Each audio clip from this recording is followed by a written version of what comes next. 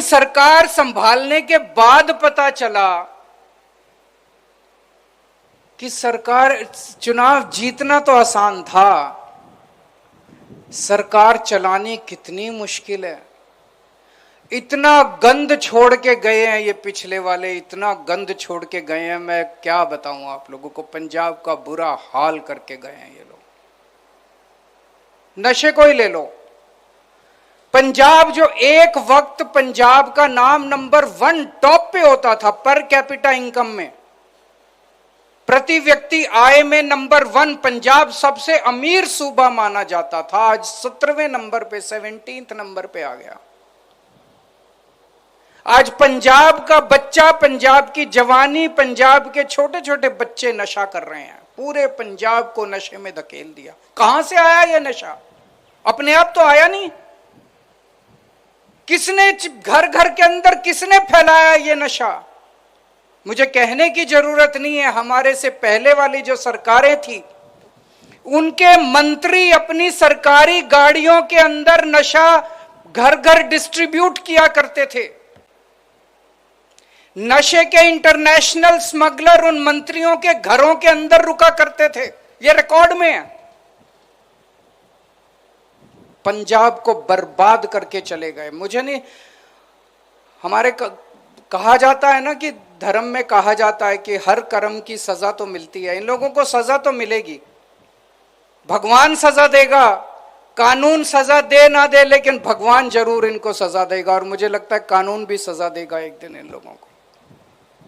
जब हम लोगों ने सरकार संभाली, सबसे बड़ा चैलेंज हमारे लिए ये था, नशा कैसे खत्म करें, नशा कैसे, पंजाब की जवानी को, पंजाब के बच्चों को, पंजाब के परिवारों को कैसे वापस लेके आए। अब नशे के विरुद्ध युद्ध शुरू हुआ है पिछले कुछ महीनों से। कुछ महीने पहले अगर मैं लोगों के बीच में जाता और कहता कि अगर आपके यहां कोई नशा बेच रहा है तो हमें बताओ, मुझे नहीं लगता कोई बताता। लोगों को डर लगता था, लोगों को भरोसा नहीं था। लोग कहते थे पुलिस भी मिली हुई है, प्रशासन भी मिला हुआ है, सरकार भी मिली हुई है। मैंने देखा था एक वीडियो के अंदर पंजाब के नशे के ऊपर कई फिल्में बनी हैं। कहता है जी सरकार ही नशा बिकवाती है। आज 3-4 महीने के बाद माहौल बदल चुका है।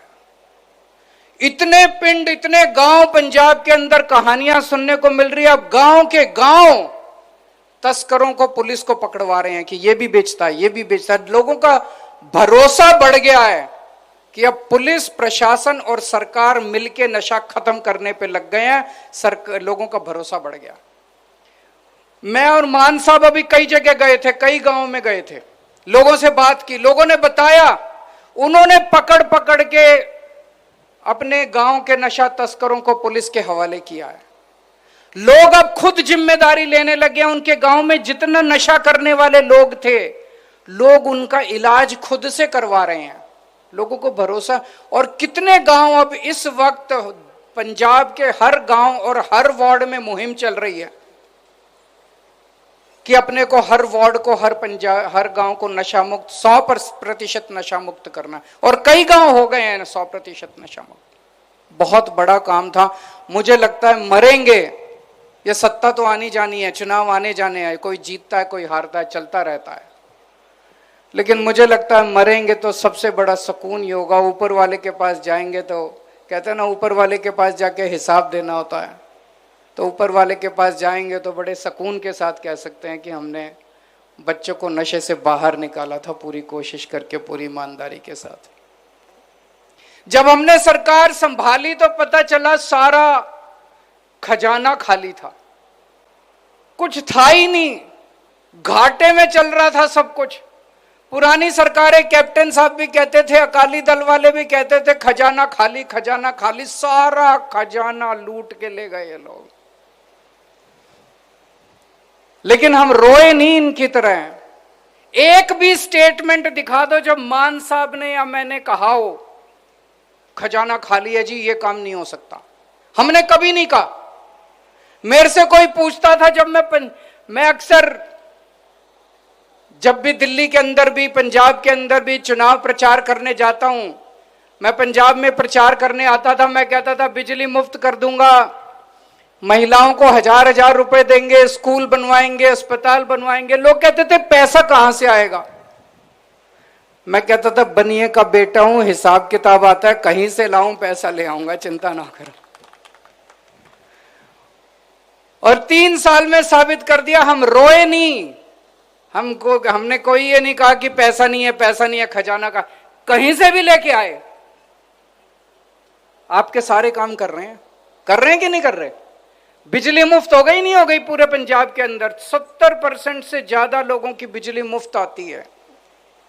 इतने शानदार स्कूल बन रहे हैं, अस्पताल बन रहे हैं। अभी मान साहब ने बताया किस तरह से इतने मोहल्ला क्लिनिक बन गए, 54,000 लोगों को नौकरियां मिल गई।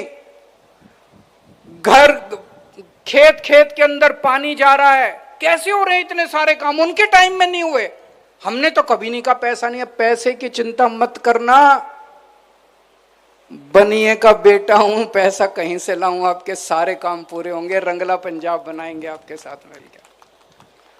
और हमारे से पहले वाला टाइम याद करो, जब इनके परिवार ने सारी बसें भी इनकी, माइनिंग भी इनकी, रेता भी इन्होंने सारा कब्जा कर लिया, सड़कों पे भी सारा होटल भी इनके, कुछ छोड़ा ही नहीं इन्होंने, ढाबे भी इनके, सब कुछ इन्होंने कब्जा कर लिया। करा था कि नहीं करा था? सब छुड़वाएंगे, सब अपने बच्चों को देंगे। आप लोगों का है ये सारा, आप लोगों को देंगे हम लोग। इस लूट को बंद कर रहे हैं हम लोग। भगवान ना करे, अब आप लोगों के हाथ में है, जनतंत्र है, भगवान ना करे ऐसा टाइम दोबारा देखने को मिले पंजाब को। भगवान ना करे ऐसी पार्टियां दोबारा पंजाब के अंदर आए जिन्होंने पंजाब को ऐसा बर्बाद कर दिया था। बड़ी मुश्किल से हम लोगों ने एक ईमानदार सरकार बनाई है, पंजाब को उस गर्त से बाहर निकाला हम सब लोगों ने मिलके। मैं कई व्यापारियों से बात करता हूं, 3 किस्म की मोटी मोटी, छोटे व्यापारियों की बात कर रहा हूं। इंडस्ट्री के लिए हम बहुत बड़े बड़े काम आने वाले कुछ दिनों में, महीने भर के अंदर इंडस्ट्री को लेके आप बहुत बड़े बड़े ऐलान सुनने वाले हैं। आज मैं कह के जा रहा हूं, मैं बहुत सोच समझ के बोलता हूं जो भी बोलता हूं। इतने बड़े बड़े ऐलान हम इंडस्ट्री के लिए करने जा रहे हैं कि पूरे देश के अंदर Punjab will become the best destination for industry in the country. पूरे देश में कोई व्यक्ति अगर सोचेगा मेरे को इंडस्ट्री लगानी है, तो सबसे पहले उसके दिमाग में पंजाब का नाम आया करेगा। और ये मैं कोई हवा में बात नहीं कर रहा, कई बहुत बड़े बड़े ऐलान करने जा रहे हैं जो किसी ने सोचा भी नहीं होगा। व्यापारी, एक छोटा व्यापारी जो होता है उसकी कोई नहीं सोचता, कोई सरकार नहीं सोचती। सरकारी बड़ी बड़ी इंडस्ट्री की तो सोचती है, इतने 1000 करोड़ की। एक छोटा व्यापारी जो अपनी छोटी परचून की दुकान लगाता है, किराने की दुकान लगाता है, आड़तिया है, उसकी कोई नहीं सोचता। उनसे पूछो उनकी क्या समस्या। उनकी समस्या है नंबर 1 सुरक्षा। अगर उनके ऊपर कोई आपराधिक घटना हो जाए तो उन्हें सुरक्षा कौन देगा? नंबर 2 उनके बाजार का इंफ्रास्ट्रक्चर। बाजार में सड़क टूटी पड़ी है, बाजार में पीने को प्याऊ नहीं है, बाजार में टॉयलेट नहीं है, बाजार में ये नहीं है, बाजार में वो नहीं है। और तीसरा, सरकार की नीतियां ऐसी ऐसी होती है जो बेचारे को काम ही नहीं करने देती। हर चीज में सरकार अड़ंगा डालती है, हर चीज में सरकार अड़ंगा डालती है। तो हमने तय किया है कि आप लोगों के लिए, एक व्यापारियों के लिए, इंडस्ट्री के लिए तो बहुत कुछ कर रहे हैं, व्यापारियों के लिए एक राज्य के स्तर पे और हर जिले के अंदर बोर्ड बनाया जाएगा, व्यापारी बोर्ड, जो हर व्यापारियों को सुरक्षा और सम्मान देने का काम करेगा, आपकी सुरक्षा सुनिश्चित करेगा, इंडिविजुअल व्यापारियों की भी सुरक्षा सुनिश्चित। आपको कोई समस्या, बोर्ड के पास जाओ, आपकी सरकार की पॉलिसी भी चेंज करानी है, आप बोर्ड के पास जाओ, बोर्ड आपकी पॉलिसी चेंज कराएगा। आपको कोई परेशान कर रहा है, कोई अफसर परेशान कर रहा है, कोई हमारा एमएलए भी अगर कोई परेशान कर रहा है, बख्शेंगे नहीं उसको,